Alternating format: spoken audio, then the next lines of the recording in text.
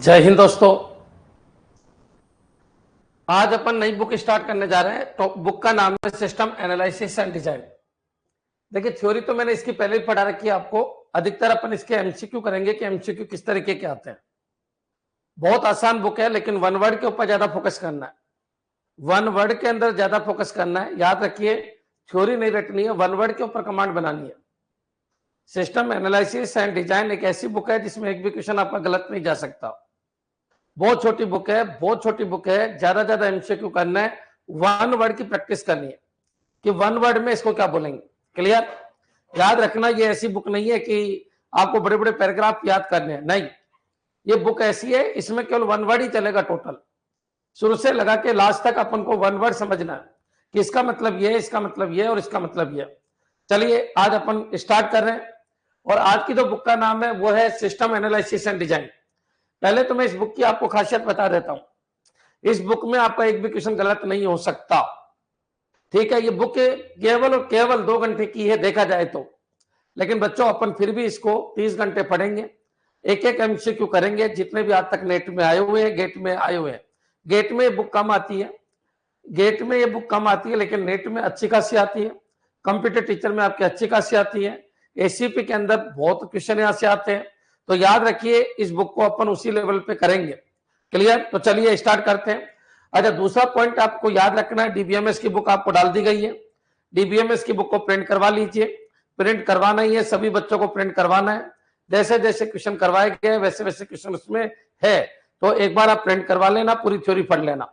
अगर किसी थ्योरी में दिक्कत आए तो आप बता दीजिए। 11 से 12 आपकी डीबीएमएस की क्लास चल रही है। क्लियर? डीबीएमएस की बुक डाल दी गई है, चैट में भेज दी गई है, टेलीग्राम पे डाल दी गई है, और हैंड रिटन नोट्स के अंदर भी अटैच कर दी गई है। गेट की ये बुक है, पूरा का पूरा आपको देखना है। आपके सिलेबस के अकॉर्डिंग छटनी कर करके पूरा डेटा तैयार कर लिया गया है। क्लियर? चलिए आज बच्चों अपन आगे बढ़ेंगे। और देखिए, ये बुक सबसे छोटी बुक है देखा जाए तो। ये बुक वन वर्ड के ऊपर चलने वाली बुक है देखा जाए तो। ये बुक 2 घंटे की बुक है बच्चों। इस बुक में थ्योरी बहुत है, लेकिन आपको वन वर्ड के हिसाब से तैयार करना है, क्योंकि आपको एमसीक्यू करना है। और एमसीक्यू तब होगा जब अपन वन वर्ड के हिसाब से आंसर देंगे। क्लियर? तो चलिए स्टार्ट करते हैं।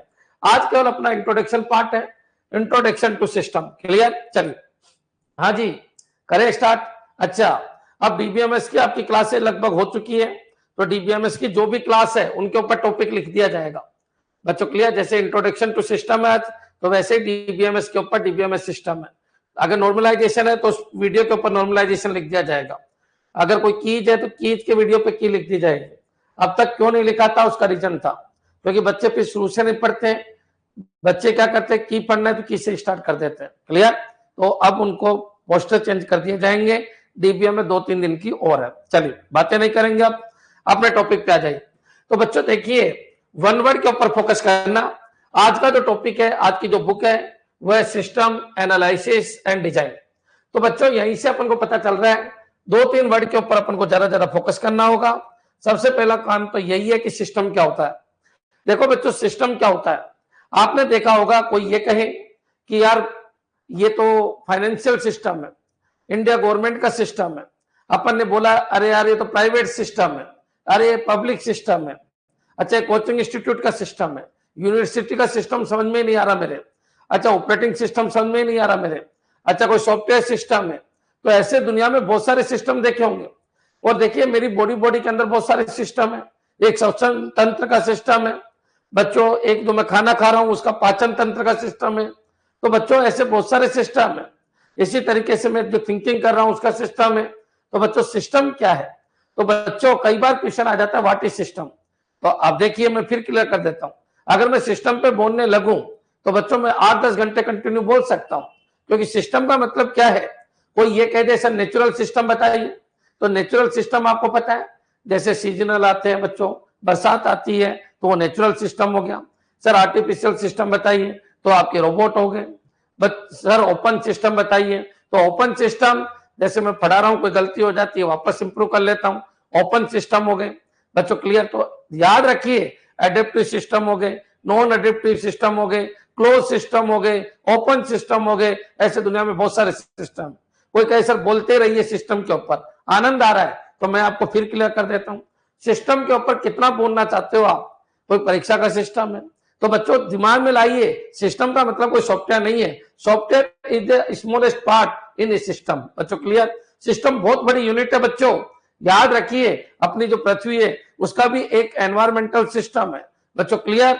याद रखिए ये पूरी जो अंतरिक्ष है इसका भी अपना एक सिस्टम है। याद रखिए जो पेड़ों का अपना खुद का एक सिस्टम है। याद रखिए एसी का खुद का अपना सिस्टम है। मतलब पूरा ब्रह्मांड सिस्टम के अकॉर्डिंग ही काम कर रहा है, सबके अपने अपने सिस्टम है। और बच्चों हो सकता है एक जगह 10-10, 15-15, 20-20 सिस्टम काम कर रहे हो। बच्चों क्या बोलूं मैं सिस्टम के बारे में, क्या बोलूं मैं सिस्टम के बारे में। सिस्टम अगर मैं ऐसे बोलने लग गया बच्चों 8-10 दिन निकल जाएंगे, बोलते ही जाओ। सिस्टम कोई कम थोड़ी है। कोई ये बोले नदियों का सिस्टम है, कोई ये बोले बच्चों समुद्र का सिस्टम है, कोई ज्वार भाटे का सिस्टम है, कोई बच्चों नदी नालों का सिस्टम है, कोई बच्चों उदयपुर की जो ड्रेनिंग सिस्टम है उसका सिस्टम है। बच्चों मतलब क्या बोलूं मैं आपको, यातायात सिस्टम है, कोई पुलिस का सिस्टम है, कोई मिनिस्ट्री का सिस्टम है। आप सोचिए, विचार कीजिए सिस्टम क्या है। बहुत कुछ बोलने को है बच्चों, लेकिन बच्चों ये थोड़ी आएगा, डायरेक्ट क्वेश्चन आएगा व्हाट इज सिस्टम, क्योंकि आप पढ़ते हो सिस्टम एनालिसिस एंड डिजाइन। तो बच्चों इतना सिस्टम है जिसकी कोई हद नहीं है। क्लियर है सर? जावा पहले लेते, आशीष 2 बार करवा रखी है जावा, ठीक है।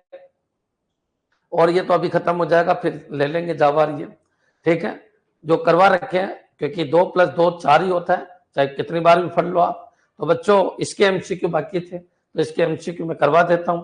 बाकी जावा खूब सारी करवा रखी है और करवा देंगे आपको, है ना। अभी यहाँ पर आ जाइए, डिस्टर्ब मत कीजिएगा बच्चों। टॉपिक पे आ जाओ। टॉपिक है सिस्टम एनालिसिस एंड डिजाइन।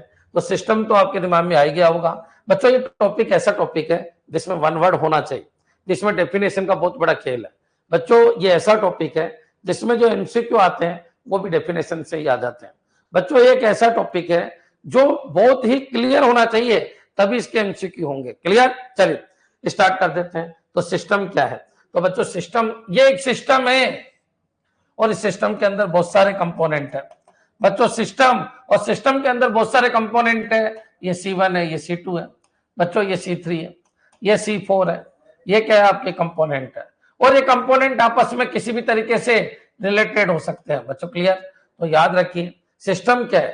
तो इंटर रिलेटेड बच्चों, इंटर रिलेटेड बच्चों, इंटर रिलेटेड एक एनवायरमेंट है कौन? सिस्टम। तो सिस्टम की अगर मैं डेफिनेशन दूं, व्हाट इज सिस्टम, तो अलर्ट रहना बच्चों। पहली डेफिनेशन है व्हाट इज सिस्टम बच्चों। क्लियर? कितनी डेफिनेशन है सर सिस्टम की? बच्चों बहुत सारी, बहुत सारी। तो सिस्टम क्या है? तो सिस्टम क्या है? Group of inter related component बच्चों। क्लियर? तो सिस्टम क्या है? Group of inter related, inter related, inter related, related, related component, inter related component. ये पॉइंट याद रखना, क्योंकि यही डेफिनेशन बार बार आ रही है। तो group of inter related component बच्चों। Clear? which works for a specific goals, which work for a specific goal या center goal, which work for central objective, central objective बच्चों। क्लियर? तो ये वर्ड आपको याद रखना है, यहां से आपका क्वेश्चन आ जाता है, सेंट्रल ऑब्जेक्टिव। अब इसको समझना बच्चों। क्लियर? बस इतनी सी डेफिनेशन है और आपका क्वेश्चन तैयार हो गया। सिस्टम क्या है? तो system group of inter related component है। अब बच्चों ये इंटर रिलेटेड कंपोनेंट है, बिल्कुल है बच्चों। ये क्या है? कंपोनेंट। सिस्टम किससे बना है? कंपोनेंट इंटर रिलेटेड होने चाहिए। और बच्चों वो सारे के सारे इंटर रिलेटेड कंपोनेंट है, वो सेंटर ऑब्जेक्टिव के लिए काम करने चाहिए बच्चों। क्लियर? इस सिस्टम का एक ऑब्जेक्टिव होता है, याद रखना। सिस्टम का सेंट्रल ऑब्जेक्टिव होता है, सेंट्रल ऑब्जेक्टिव होता है। किसी भी सिस्टम का सेंट्रल ऑब्जेक्टिव होता है बच्चों। क्लियर? याद रखना, किसी भी सिस्टम का क्या होता है? Central objective. अब कोई ये पूछे कि सर सेंट्रल ऑब्जेक्टिव कौन अचीव करेगा? तो ये सारे कंपोनेंट मिलकर सिस्टम के सेंट्रल ऑब्जेक्टिव को अचीव करवाते हैं बच्चों। क्लियर? तो याद रखना सिस्टम की डेफिनेशन क्या है? तो सिस्टम में क्या होता है? कंपोनेंट। ये कंपोनेंट इंटर रिलेटेड होते हैं। ये सारे कंपोनेंट इस तरीके से वर्क करते हैं कि जिसके लिए सिस्टम बना है वो सेंट्रल ऑब्जेक्टिव आपको प्राप्त हो जाए बच्चों। क्लियर? तो ये इसकी प्रॉपर डेफिनेशन है। आप बताइए सिस्टम क्या होता है? क्लियर? याद रखना सिस्टम क्या है? तो सिस्टम कंपोनेंट्स का ग्रुप है। वो कंपोनेंट आपस में इंटर रिलेटेड होते हैं। वो सारे कंपोनेंट इस तरीके से वर्क करते हैं कि जिस पर्पज के लिए सिस्टम बनाया गया है वो पर्पज प्राप्त हो जाए। तो उसमें वो क्या रोल प्ले करते हैं, उन सब का एक ही रोल है कि कैसे भी करके सेंट्रल ऑब्जेक्टिव को प्राप्त किया जा सके। सेंट्रल ऑब्जेक्टिव क्या है, जिसके लिए सिस्टम बनाया गया है, जिस उद्देश्य की पूर्ति के लिए सिस्टम बनाया गया है, उसको कहते हैं सेंट्रल ऑब्जेक्टिव।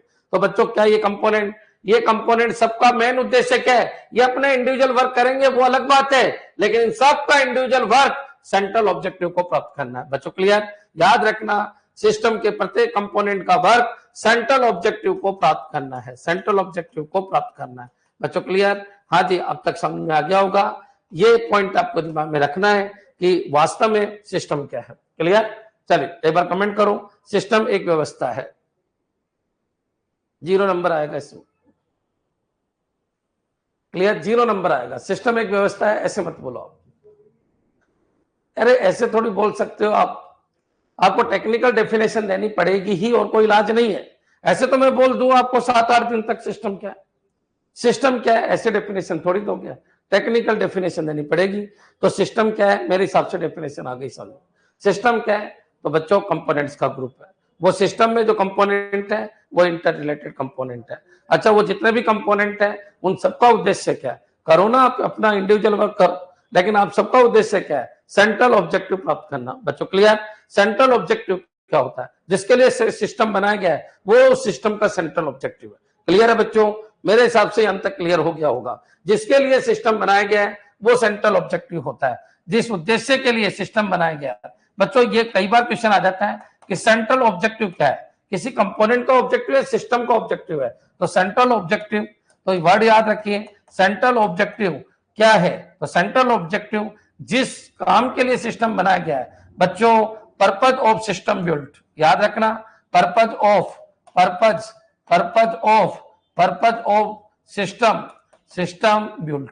बच्चों क्लियर, सिस्टम बनाने का जो पर्पज था वो बच्चों सेंट्रल ऑब्जेक्टिव कहलाता है। क्लियर, यहां तक समझ में आ गया होगा। System is a group of inter related component that aims to get central objective like computer system use for convert data to information. Very good, बिल्कुल सही है। मेन पर्पज और सिस्टम, बिल्कुल सही है, कोई दिक्कत ही नहीं है, यहां तक आपके समझ में आ जाना चाहिए। अब चलिए अपन आगे बढ़ते हैं। Types of system, types of system कौन कौन से हैं, क्लियर है बच्चों? हाँ जी, एक बार कमेंट कर दो। अरे बच्चों एक पॉइंट खत्म हो गया।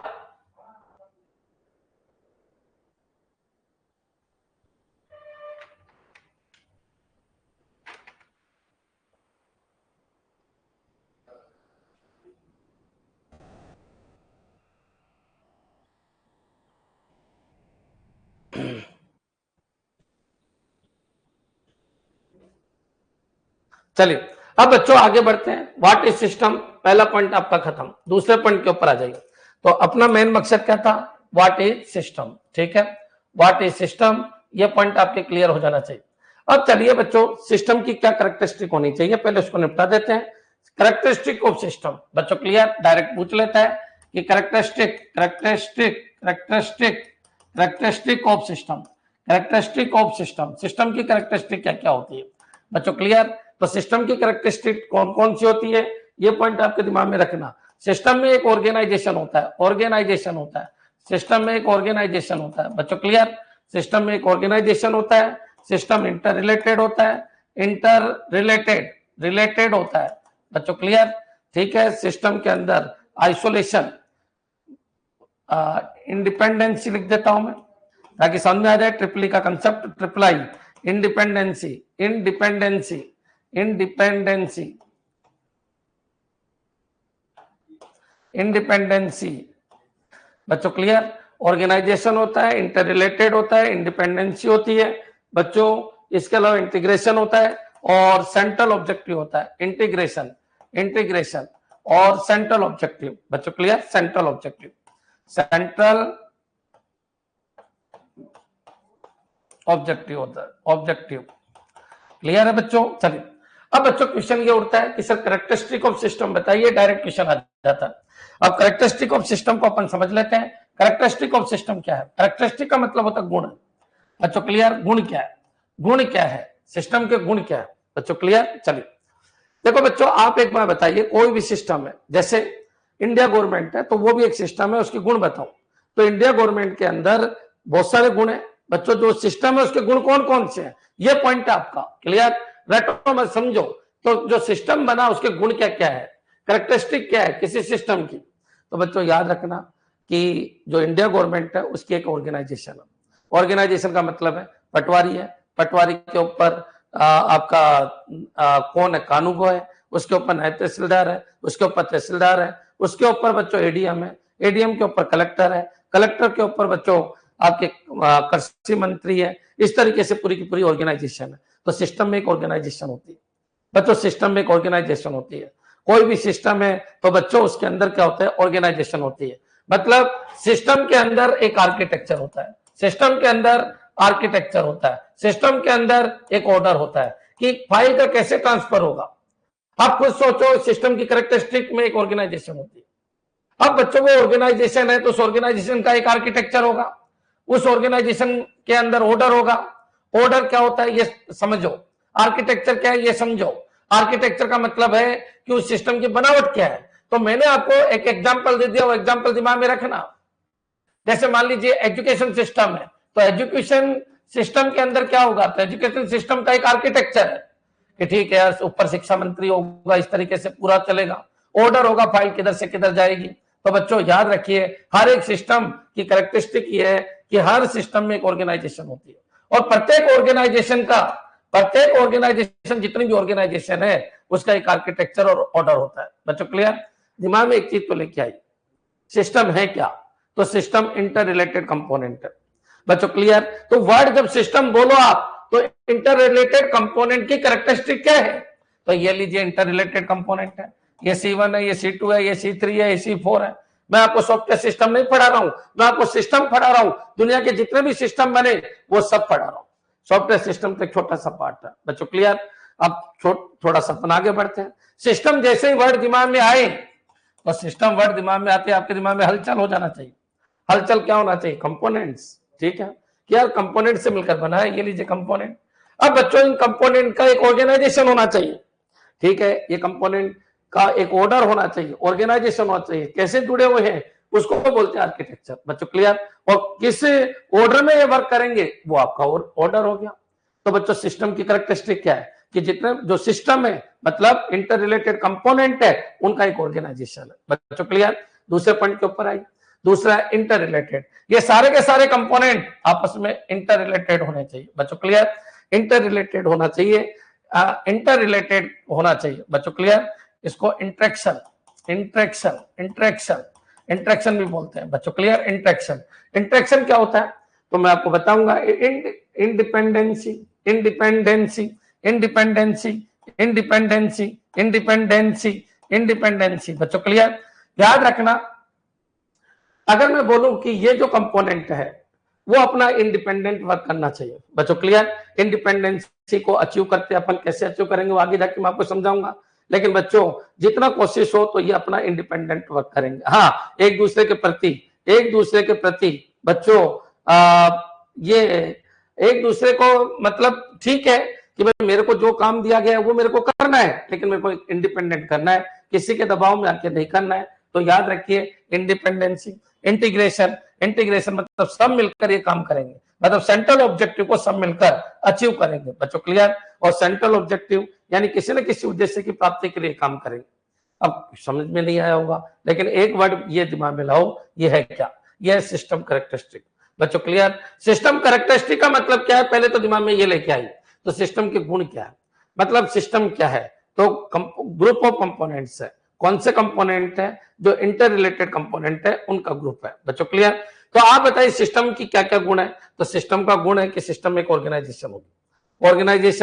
ऑर्गेनाइजेशन का मतलब है कि जो सिस्टम है उसके अंदर एक आर्किटेक्चर होगा और उनके अंदर वर्किंग का एक ऑर्डर होगा। बच्चों क्लियर, अब चलिए दूसरा इंटरेक्शन, कि उनमें वर्किंग कैसे होगी। इंटरेक्शन ये बताता है कि उनमें वर्किंग कैसे होगी, वर्किंग ऑर्डर क्या होगा, वर्किंग किस तरीके से होगी। बच्चों क्लियर, आपस में वो एक दूसरे से वर्किंग मेथड में कैसे जुड़े होंगे, वर्किंग कैसे होगी, ये पॉइंट याद रखना। एक वर्ड का जादू है कि इंटरेक्शन से आप क्या समझते हो कि इनके बीच में इंटर रिलेटेड वर्किंग को बताइए।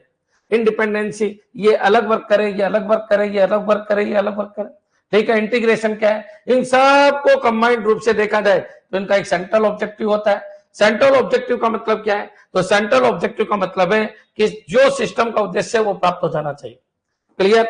अब देखिए, अगर कोई ये पूछे इंटीग्रेशन यानी कंपोनेंट मिलकर काम करते हैं, ये वर्ड याद रखना, कंपोनेंट कंपोनेंट मिलकर काम करते हैं, मिलकर काम करते हैं, मिलकर काम करते हैं, मिलकर काम करते हैं बच्चों। क्लियर। ये है कि भाई चलो ठीक है, सारे कंपोनेंट मिलकर काम करें, ये इंटीग्रेशन है। सेंट्रल ऑब्जेक्टिव मतलब किसी पर्टिकुलर उद्देश्य के लिए काम करें, किसी पर्टिकुलर उद्देश्य के लिए, पर्टिकुलर पर्टिकुलर एम के लिए वर्क करे, एम के लिए वर्क करे, वर्क करे बच्चों। क्लियर। एक एक वर्ड याद रखना, ये इनकी डेफिनेशन है, याद रखना, डायरेक्ट आती है। इंडिपेंडेंसी, सभी कंपोनेंट इंडिपेंडेंटली काम करें बच्चों। क्लियर। एक दूसरे पे डिपेंड होके नहीं, इंडिपेंडेंटली काम करें। सभी कंपोनेंट, सभी कंपोनेंट, सभी component independent component independently work करें, इंडिपेंडेंटली इंडिपेंडेंटली डेंटली वर्क करे, इंडिपेंडेंटली वर्क करे बच्चों। क्लियर। एक एक वर्ड का जादू है, ये समझना। कोई ये बोले इंटर रिलेटेड या इंटरेक्शन, तो बच्चों अगर इंटर रिलेटेड नहीं भी बोलते हो तो इंटरेक्शन बोलो। इंटरेक्शन का मतलब है बच्चों कि ये कंपोनेंट वर्क कैसे कर रहे हैं बच्चों। क्लियर। वर्क कैसे कर रहे हैं, वर्क इंटरेक्शन, इंटरेक्शन मतलब कंपोनेंट के बीच में वर्क कैसे हो रहा है, वर्क कैसे हो रहा है, वर्क कैसे हो रहा है, वर्क कैसे हो रहा है, हो रहा है। इंटरेक्शन मतलब एक कंपोनेंट दूसरे कंपोनेंट के साथ किस तरीके से वर्किंग क्राइटेरिया में जुड़ रहा है बच्चों। क्लियर। तो इंटीग्रेशन कंपोनेंट मिलकर काम कर रहे हैं। इंटरेक्शन बच्चों पहले ये फिर ये फिर ये किस तरीके से वर्किंग हो रही है इनके बीच में, उसको इंटरेक्शन कहते हैं। इंडिपेंडेंसी मतलब सभी कंपोनेंट इंडिपेंडेंट होने चाहिए, सेंट्रल ऑब्जेक्टिव के लिए काम करना चाहिए। ऑर्गेनाइजेशन बच्चों मतलब सिस्टम के कैरेक्टरिस्टिक है कि सिस्टम अपने ऑर्गेनाइजेशन को होल्ड करना चाहिए। कहने का मतलब है सिस्टम में एक ऑर्गेनाइजेशन होनी चाहिए बच्चों। अगर सिस्टम में ऑर्गेनाइजेशन नहीं होगी तो क्या होगा, वो सिस्टम होगा ही नहीं। सिस्टम के अंदर ऑर्गेनाइजेशन होना जरूरी है। तो बच्चों ये पॉइंट आपके दिमाग में रखना, कभी यहाँ पर दिक्कत आई तो ये वर्ड है इंटरेक्शन बच्चों। क्लियर। और इंटरेक्शन का मतलब है कि वो इंटर रिलेटेड वर्क कैसे परफॉर्म करते हैं, उसको इंटरेक्शन कहते हैं। इंडिपेंडेंसी का मतलब सभी कंपोनेंट इंडिपेंडेंट वर्क करें। इंटीग्रेशन का मतलब है मिलकर वर्क करें। सेंट्रल ऑब्जेक्टिव का मतलब किसी उद्देश्य के लिए काम करें, तो किसी उद्देश्य के लिए मिलकर इंडिपेंडेंटली काम करे और वो आपस में वर्क को साझा करे। वर्क कैसे हो रहा है, वर्क कैसे हो रहा है, उसको इंटीग्रेशन कहते हैं। और ऑर्गेनाइजेशन, तो बच्चों इस ऑर्गेनाइजेशन का सिस्टम का एक आर्किटेक्चर होना चाहिए और सिस्टम के अंदर जितने भी कंपोनेंट है उनका ऑर्डर या वर्किंग ऑर्डर होना चाहिए बच्चों। क्लियर। तो मेरे हिसाब से कैरेक्टरिस्टिक ऑफ सिस्टम आपके क्लियर हो गया होगा। क्लियर। एक बार मैं बोल देता हूं, वापस सुनिए। एक बार क्वेश्चन आया कि इनमें से कैरेक्टरिस्टिक ऑफ सिस्टम क्या है, तो सारी ही है जो 5 की 5 है। सबसे पहले तो सिस्टम में ऑर्गेनाइजेशन होनी चाहिए। ऑर्गेनाइजेशन का मतलब सिस्टम का आर्किटेक्चर होना चाहिए, और सिस्टम के आर्किटेक्चर तो है लेकिन सिस्टम के अंदर जो आर्किटेक्चर बना है उसका वर्किंग ऑर्डर होना चाहिए। कोई ये कहे मैं तहसीलदार की नहीं मानूंगा, कोई पटवारी कह रहा है मैं नायब तहसीलदार की नहीं मानूंगा, बच्चों एडीएम कह रहा है कि मैं कलेक्टर की नहीं मानूंगा। ऐसा नहीं, ऑर्डर होना चाहिए। सिस्टम के अंदर एक ऑर्डर होना चाहिए। तुम सिस्टम को सॉफ्टवेयर सिस्टम में समझो, सिस्टम एक बहुत बड़ी चीज है बच्चों। क्लियर। तो याद रखिए सिस्टम में ऑर्डर होता है, सिस्टम के अंदर आर्किटेक्चर होता है, सिस्टम एक पूरी की पूरी ऑर्गेनाइजेशन होती है जो व्यवस्थित तरीके से। बच्चों सिस्टम के अंदर इंटरेक्शन होता है। इंटरेक्शन का मतलब क्या होता है, जितने भी कंपोनेंट है उनके अंदर जो इंटर रिलेटेड वर्किंग है वो कैसे परफॉर्म होगी। कंपोनेंट के बीच में जो वर्किंग होती है उसको बोलते हैं इंटरेक्शन बच्चों। क्लियर। फिर क्वेश्चन है इंटीग्रेशन, यानी सभी कंपोनेंट मिलकर काम करना चाहिए, उसको इंटीग्रेशन कहते हैं बच्चों। क्लियर। तो ये पॉइंट आपके दिमाग में होना चाहिए। इंटीग्रेशन का मतलब सभी कंपोनेंट मिलकर काम करें। सेंट्रल ऑब्जेक्टिव का मतलब जितनी भी ऑर्गेनाइजेशन है उसका एक ही गोल होना चाहिए, क्या कि उनका एक सेंट्रल ऑब्जेक्टिव है उसको अचीव करे बच्चों। क्लियर। और इंडिपेंडेंसी का मतलब एक दूसरे को आक्षेप नहीं करे, अपना अपना वर्क खुद परफॉर्म करें। याद रखना आगे जाके अपन इंडिपेंडेंसी को बढ़ाएंगे बच्चों। सिस्टम में इंडिपेंडेंसी बढ़ाने के लिए कुछ प्रोसेस यूज करते हैं, उनकी अपन चर्चा करेंगे। यानी सभी कंपोनेंट इंडिपेंडेंट वर्क करें, हाँ एक दूसरे से रिलेटेड है, एक दूसरे की वर्किंग को यूज करते हैं बच्चों। इनके अंदर ऑर्डर है बच्चों, इन सबका सेंट्रल ऑब्जेक्टिव है बच्चों, इन सबका एक आर्किटेक्चर है। लेकिन ये अपना जो वर्क परफॉर्म करते हैं वो कैसे करना चाहिए, इंडिपेंडेंट। क्या ये क्लियर है सबके। तो ये पॉइंट दूसरा भी खत्म। सबसे पहला पॉइंट था सिस्टम क्या है, दूसरा है कि सिस्टम की कैरेक्टरिस्टिक क्या है। तो ये पॉइंट आपके दिमाग में आ जाना चाहिए। तो सिस्टम की कौन कौन सी कैरेक्टरिस्टिक है, भाई सिस्टम एक सेंट्रल ऑब्जेक्टिव के लिए बना।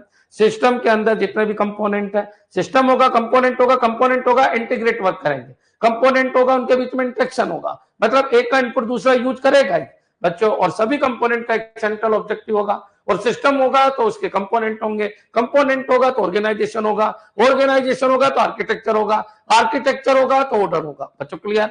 तो ये पॉइंट आपके दिमाग में आ जाना चाहिए। क्लियर है बच्चों? तो कैरेक्टरिस्टिक ऑफ सिस्टम में पांचों पॉइंट आपको याद रखना है। इंटर रिलेटेड है ना बच्चों, इंटरेक्शन, कि वो आपस में इंटर रिलेटेड कैसे वर्क परफॉर्म करते हैं। बच्चों क्लियर? तो इनके बारे में पूछ सकता है। नेक्स्ट अब क्वेश्चन है बच्चों थर्ड पॉइंट। थर्ड पॉइंट है component of system. Component of system, component of system. अब आप खुद सोचो, कंपोनेंट ऑफ सिस्टम, तो component of system, component of system, component of system. बच्चों खुद सोचो, खुद सोचो, जब तक खुद नहीं सोचोगे कुछ नहीं होगा। कंपोनेंट क्या है? मान लो मैं एक सिस्टम हूं। बच्चों क्लियर? सर आईए की तैयारी की है, अब कहां से क्लास स्टार्ट करें? आईए की तैयारी की है, अब कहां से क्लास स्टार्ट करें? ये सेड आज स्टार्ट हुई है, यहां से स्टार्ट हो जाइए। छोटी बुक है, अभी खत्म हो जाएगी थोड़े दिनों में। डीबीएमएस स्टार्ट कर दीजिए, लगभग पूरा डीबीएमएस प्रोग्रामर में अच्छे लेवल पे मैंने करवा दिया है, तो मेरे को नहीं लगता उससे बाहर कोई क्वेश्चन आएगा। तो डीबीएमएस आप स्टार्ट कर दो, सेड आप स्टार्ट कर दीजिए। क्लियर? चलिए अब बच्चों क्वेश्चन है कंपोनेंट ऑफ सिस्टम। अब चाहिए चारों की चारों बुक आपके कंप्यूटर टीचर में भी है, तो आपको वहां पर भी फायदा हो जाएगा। एक जावा को छोड़ दो बच्चों, जावा थोड़ी बहुत है, बाकी तीन बुक तो आपको ढंग से करनी है, नेटवर्किंग, सेड और डीबीएमएस। क्लियर? चलिए चलिए करें स्टार्ट। अब बच्चों कंपोनेंट ऑफ सिस्टम क्या क्या है, तो एक बार बताइए सिस्टम कैसे बना। तो चलो मेरे को ही देख लो, मैं भी एक सिस्टम हूँ। बच्चों क्लियर? अब मैं सिस्टम हूं तो मैं किस किस से बनाऊंगा? इनपुट लेता हूँ, प्रोसेस करता हूँ, आउटपुट देता हूँ। अब बच्चों में जब छोटा बच्चा था तो इनपुट लिया, प्रोसेस किया, आउटपुट दिया।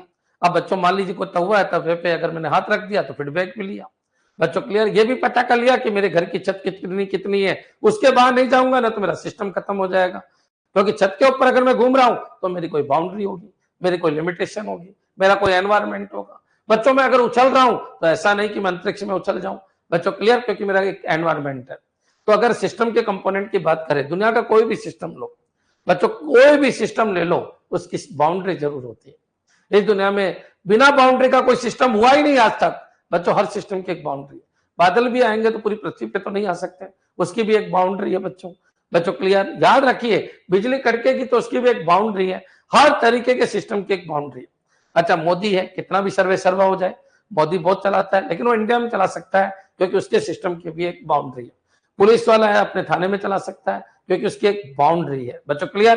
तो समझ जाइए हर सिस्टम के अंदर कौन कौन से कंपोनेंट होते हैं तो देख लेते हैं। हर एक सिस्टम के अंदर ये तो क्लियर है, प्रोसेस तो हो गई, प्रोसेसिंग। बच्चों क्लियर? प्रोसेस तो हो गई, प्रोसेसिंग बोल दो। अच्छा प्रोसेसिंग तो हो गई, प्रोसेसिंग कौन कराता है? प्रोसेसर कराता है। बच्चों इनपुट हो गई, तो सबसे पहले कोई सिस्टम इनपुट लेगा, प्रोसेस करेगा और आउटपुट आएगा, इसमें तो कोई संदेह है ही नहीं। बच्चों ये तीन कंपोनेंट जो होते हैं इनको प्राइमरी कंपोनेंट ऑफ सिस्टम कहते हैं। याद रखना, कई बार ये क्वेश्चन आ जाता है, अगर आपने कंप्यूटर सिस्टम पढ़ा है तो उसमें भी आपने पढ़ते कि कंप्यूटर सिस्टम में बताओ क्या होता है, इनपुट, प्रोसेसिंग और आउटपुट। बच्चों क्लियर? तो याद रखिए ये प्राइमरी कंपोनेंट ऑफ सिस्टम है। तो सिस्टम के कितने कंपोनेंट होते हैं? दो। बच्चों क्लियर? अगर बांटे तो प्राइमरी कंपोनेंट और सेकेंडरी कंपोनेंट। ये लीजिए, ये सेकेंडरी कंपोनेंट। बच्चों क्लियर? अब प्राइमरी कंपोनेंट आपके जस्ट सामने, ये कौन से बच्चों प्राइमरी कंपोनेंट है? अगर मैं यहाँ पर वर्ड लिखूं तो ये क्या है बच्चों? प्राइमरी कंपोनेंट है।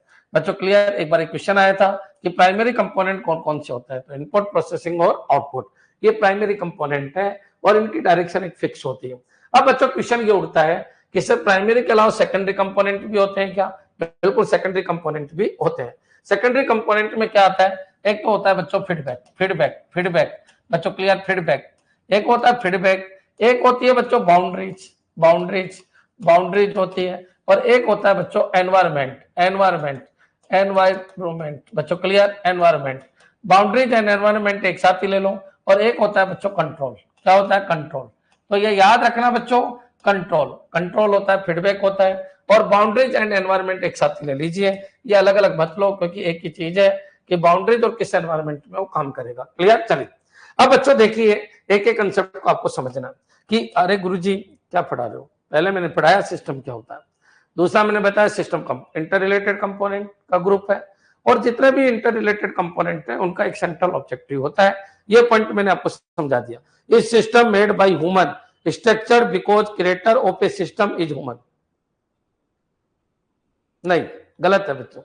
एवरी सिस्टम ह्यूमन द्वारा बनाया गया है, ये गलत है बच्चों। क्लियर? सिस्टम दो तरीके का हो सकता है, एक आर्टिफिशियल सिस्टम और एक human system, sorry artificial system या ह्यूमन मेड सिस्टम और एक नेचुरल सिस्टम। अब आप बताइए मैं कौन हूं? तो मैं कौन हूं? तो मैं एक नेचुरल सिस्टम हूं बच्चों। क्लियर? अच्छा एक बार बताइए, बरसात का आना, सीजनल आना बच्चों, ये एनवायरमेंट जो सीजन बदलते हैं ना, सर्दी गर्मी बरसात, ये क्या है? तो ये प्राकृतिक सिस्टम है, आपको पता होना चाहिए। ये नेचुरल सिस्टम है। ज्वार भाटा आना एक नेचुरल सिस्टम है। क्लियर? ठीक है, दोनों तरीके का होता है। संवर सिंह कह रहा है कि सर सारे सिस्टम इंसानों ने बनाया। ऐसा कुछ नहीं है, इंसान ने कुछ नहीं बनाया बच्चों। इंसान तो केवल मॉडिफायर है। इंसान ने क्या बनाया? कुछ नहीं बनाया। इंसान ने क्या बनाया बताइए? कोई मिट्टी बनाई, सिर का बाल बनाया, नाखून बनाए, त्वचा बनाई, क्या बनाई? इंसान ने कुछ नहीं बनाया, वो तो मॉडिफायर है केवल। Human are natural robots. ठीक है, आर्टिफिशियल और नेचुरल दो तरीके के सिस्टम होते हैं। सिस्टम समझ में आ गया? Open note exist. Open note exist गलत है, ओपन तो एग्जिस्ट करते हैं। Close note exist, close note exist. तुम क्या कर रहे हो? ये मिक्स मिक्स कहां से कर रहे हो? चलिए पहले तो ये बताइए यहां तक क्लियर है क्या? जल्दी करो बच्चों, टाइम वेस्ट मत करो, छोटा सा टॉपिक है, निपटाना भी है, इनको निपटाना भी है बच्चों। क्लियर?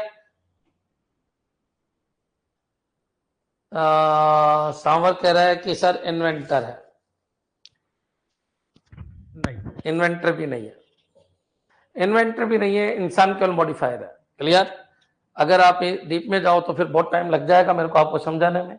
इंसान केवल मॉडिफाई कर सकता है, इन्वेंटर भी नहीं है बच्चों। क्लियर? जैसे प्रकृति ने आपको लोहा दिया, आप उसको मॉडिफाई कर दो किसी भी रूप के अंदर बच्चों। प्रकृति ने आपको मिट्टी दी, आप उसको सिलिका सिलिकॉन जो भी बनाना है आप बनाइए, मॉडिफायर है इंसान। क्लियर? इन्वेंटर करने वाला ईश्वर है, बनाने वाला सब ईश्वर है, सब कुछ डेवलप करने वाला ईश्वर है। इंसान कुछ नहीं कर सकता बच्चों, इंसान केवल मॉडिफायर है। इंसान केवल मॉडिफायर है। जो प्रकृति में जो प्रभु ने बनाया है उससे ज्यादा बाहर नहीं जा सकता है। क्लियर? वो ही कर सकता है और मॉडिफाइंग ही कर सकता है, इससे बाहर कुछ नहीं कर सकता। कोई कुछ भी बनाओ मॉडिफाई कर सकता है। क्लियर? अब ये फालतू की बातें हो गई, चलिए अपन आगे बढ़ते हैं। तो बच्चों कंपोनेंट ऑफ ए सिस्टम दो तरीके का होता है, एक तो क्या है बच्चों प्राइमरी और एक क्या है सेकेंडरी। अब प्राइमरी में बच्चों इनपुट है, प्रोसेसिंग, आउटपुट। पहले दिमाग में लाओ कंपोनेंट कि जो सिस्टम होते हैं उसमें कौन कौन से कंपोनेंट होते हैं। तो प्रत्येक सिस्टम इनपुट लेता है, प्रोसेसिंग करता है, आउटपुट होता है। ये तो प्राइमरी है। अब बच्चों सेकेंडरी वो है जिसमें हो भी सकता है और नहीं भी हो सकता बच्चों। क्लियर? तो कंट्रोल हो भी सकता है, नहीं भी हो सकता। फीडबैक ले भी सकते हो, नहीं ले सकते। बाउंड्रीज हो भी सकती है, नहीं भी हो सकती। एनवायरमेंट, किसी पर्टिकुलर एनवायरमेंट में काम कर भी सकता हूं, नहीं भी कर सकता। ये बच्चों सेकेंडरी है कंपोनेंट। ठीक है, तो बच्चों देखिए ये क्या होता है। कंट्रोल कहां काम करेगा? तो कंट्रोल अगर मैं बात करूं तो कंट्रोल इनके ऊपर काम करेगा। जैसे मैंने कहा इनपुट डाला, प्रोसेसिंग की और बच्चों क्या आ गया? आउटपुट। तो याद रखिए जो कंट्रोल है, कंट्रोल सिस्टम इन तीनों के ऊपर काम करता है बच्चों। क्लियर? कोई ये पूछे सेकेंडरी कंपोनेंट कौन सा है? तो कंट्रोल क्या करेगा? इनपुट, प्रोसेसिंग और आउटपुट को कंट्रोल करता है बच्चों। क्लियर? चलिए अब बच्चों अपन आगे बढ़ते हैं। फीडबैक क्या काम करता है वो भी समझो बच्चों। कंट्रोल किसको करता है? इनपुट को, प्रोसेसिंग को और आउटपुट को। इन सब को कंट्रोल करता है कौन बच्चों? कंट्रोल। क्लियर? कंट्रोल किसी एक को कंट्रोल नहीं करेगा। याद रखना इनपुट, प्रोसेसिंग और आउटपुट इन सबको कंट्रोल किया जा सकता है। याद रखिए सिस्टम में इनपुट को कंट्रोल किया जा सकता है। तेज स्पीड से आ रहा है तो इनपुट को कंट्रोल कर दो, प्रोसेसिंग स्लो है तो बढ़ा दो, आउटपुट धीरे धीरे आ रहा है बढ़ा दो। तो कंट्रोल क्या होता है ये आपके समझ में आ गया होगा। दूसरा चलिए फीडबैक क्या होता है तो समझ लेते हैं अपन। फीडबैक क्या है? मान लीजिए इनपुट है बच्चों, यहाँ पर क्या है? यहाँ पर क्या है? प्रोसेसिंग है, यहाँ पर प्रोसेसिंग है और यहाँ पर क्या है बच्चों? आउटपुट है। अब बच्चों इस आउटपुट को वापस अपन फीडबैक के थ्रू कहां डाल देते हैं? इनपुट बच्चों। क्लियर? तो ये पॉइंट आपके दिमाग में आ जाना चाहिए। तो फीडबैक क्या है? जो आउटपुट है उसके थ्रू वापस फीडबैक के थ्रू सिस्टम को इंप्रूव किया जाता है। याद रखना फीडबैक के थ्रू सिस्टम को इंप्रूव किया जाता है। फीडबैक के द्वारा सिस्टम को इंप्रूव किया जाता है, सिस्टम को इंप्रूव किया जाता है, सिस्टम को इंप्रूव किया जाता है, इंप्रूव किया जाता है। ये पॉइंट याद रखना, इंप्रूव किया जाता है बच्चों, क्लियर किया जाता है। अब थोड़ा सा अपन आगे बढ़ते हैं और देख लेते हैं अपन कौन सा फीडबैक के बाद बच्चों आपका क्या एनवायरमेंट बच्चों, क्लियर। और बाउंड्रीज, एनवायरमेंट क्या है? तो बच्चों एक बार बताइए, कोई भी सिस्टम है अगर वो पर्टिकुलर एनवायरमेंट में बना है तो बच्चों उसकी कोई ना कोई बाउंड्री होगी बच्चों, क्लियर। बाउंड्रीज क्या है बच्चों, एक बार बताइए। इंडिया गवर्नमेंट की एक बाउंड्री है कि वो इंडिया के अंदर अंदर चला सकती है बच्चों, हर सिस्टम की एक बाउंड्री है बच्चों। मेरी एक उछाल की एक बाउंड्री है कि मैं 10 मीटर ही उछल सकता हूँ, 10 फीट ही उछल सकता हूँ। हर सिस्टम की एक बाउंड्री है बच्चों, क्लियर। एवरी सिस्टम, एवरी बच्चों क्लियर, एवरी वर्ड सुनिए, क्या बोला मैंने? एवरी सिस्टम है बाउंड्री, सिस्टम है बाउंड्री। हर सिस्टम की एक बाउंड्री होती है। क्या बच्चों ऐसा होता है क्या कि कोई सिस्टम की बाउंड्री नहीं हो? तो बच्चों नहीं बोल सकते, एवरी सिस्टम की बाउंड्री होती है बच्चों, क्लियर। तो ये पॉइंट आपके दिमाग में आ जाना चाहिए बच्चों। हर एक सिस्टम अपने एनवायरमेंट में ही काम करता है, एनवायरमेंट में ही काम करता है बच्चों, क्लियर। ये पॉइंट याद रखना, एनवायरमेंट अंदर, एनवायरमेंट के बाद उसकी बाउंड्रीज है बच्चों, क्लियर। तो हर सिस्टम यहीं पर काम करेगा, ये पॉइंट याद रखना। हर सिस्टम अपने एनवायरमेंट के लिए ही काम करेगा।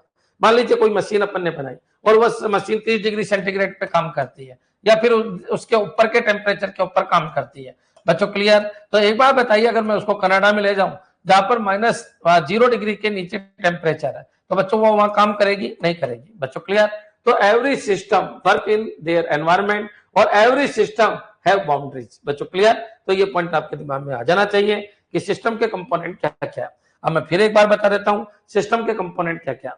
तो बच्चों सिस्टम के अंदर इनपुट होता है, प्रोसेसिंग होती है, आउटपुट होता है। ये primary component of A system है बच्चों। इसके अलावा आप फीडबैक दे सकते हो, आप कंट्रोल कर सकते हो। फीडबैक क्या है कि जो आउटपुट आया उसके अकॉर्डिंग आप यूजर से डिसीजन ले सकते हो कि सही है या गलत है। तो फीडबैक आप ले सकते हो बच्चों, क्लियर। कंट्रोल कर सकते हो, इनपुट प्रोसेसिंग आउटपुट को कंट्रोल कर सकते हो। एवरी सिस्टम अपने एनवायरमेंट के अंदर काम करता है और एवरी सिस्टम की एक फिक्स बाउंड्री होती है। क्या ये क्लियर है बच्चों? सर स्ट्रक्चर वर्क थ्रो क्या है? आ जाएगा बाबू, आ जाएगा। Input improve through feedback, input improve through feedback, input improve through feedback गलत है, गलत है sir. Said live class 6 PM पे फिक्स शेड्यूल है क्या? नहीं, ये तो 6 बजे ही चलेगी बच्चों। यहां तक क्लियर है बच्चों? चलिए अब आगे बढ़ते हैं अपन। एक पॉइंट आपके दिमाग में आते रहना चाहिए कि सिस्टम क्या है, ये क्लियर हो जाना चाहिए। दूसरा पॉइंट कैरेक्टरिस्टिक ऑफ सिस्टम क्या है, ये क्लियर हो जाना चाहिए। कंपोनेंट ऑफ सिस्टम क्या है, ये भी आपकी क्लियर हो जाना चाहिए, क्लियर। और बच्चों याद रखना फीडबैक क्या होता है। तो फीडबैक का मतलब ये होता है अपन फीडबैक लेते हैं कि अपना फीडबैक दीजिए।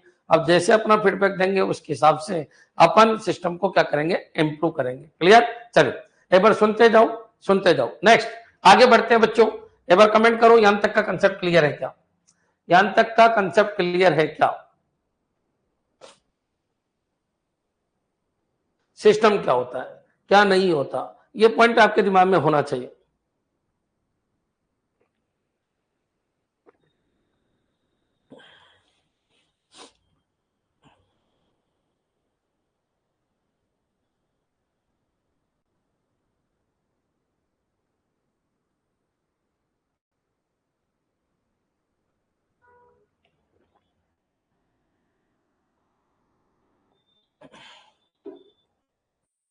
हाँ जी, क्लियर सबके? अब चलिए सिस्टम है उसके एलिमेंट कौन कौन से होते हैं, क्लियर। तो सिस्टम के एलिमेंट कौन कौन से, अलर्ट रहना बिल्कुल। सिस्टम है उस सिस्टम के एलिमेंट कौन कौन से होते हैं, कोई भी सिस्टम है उसके एलिमेंट कौन कौन से होते हैं, क्लियर। चलिए एक बार बताइए कंपोनेंट क्या है। तो जिससे मिलकर सिस्टम बना है, ठीक है।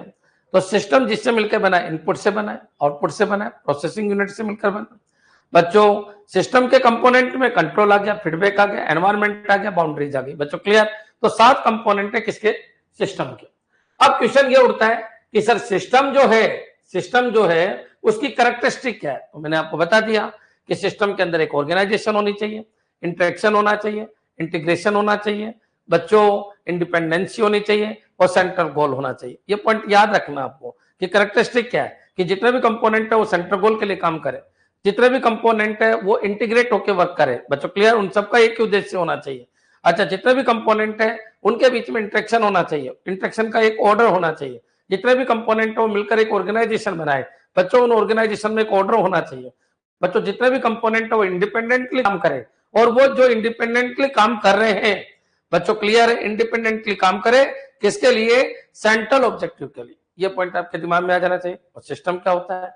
तो सिस्टम इंटर रिलेटेड कंपोनेंट्स का ग्रुप होता है बच्चों, क्लियर। जितने भी कंपोनेंट्स होते हैं जो इंटर रिलेटेड कंपोनेंट है उनका ग्रुप होता है जो वर्क करते हैं किसके लिए? सेंट्रल ऑब्जेक्टिव के लिए, क्लियर। चलिए अब क्वेश्चन ऐसा, सिस्टम एलिमेंट कौन कौन से होते हैं?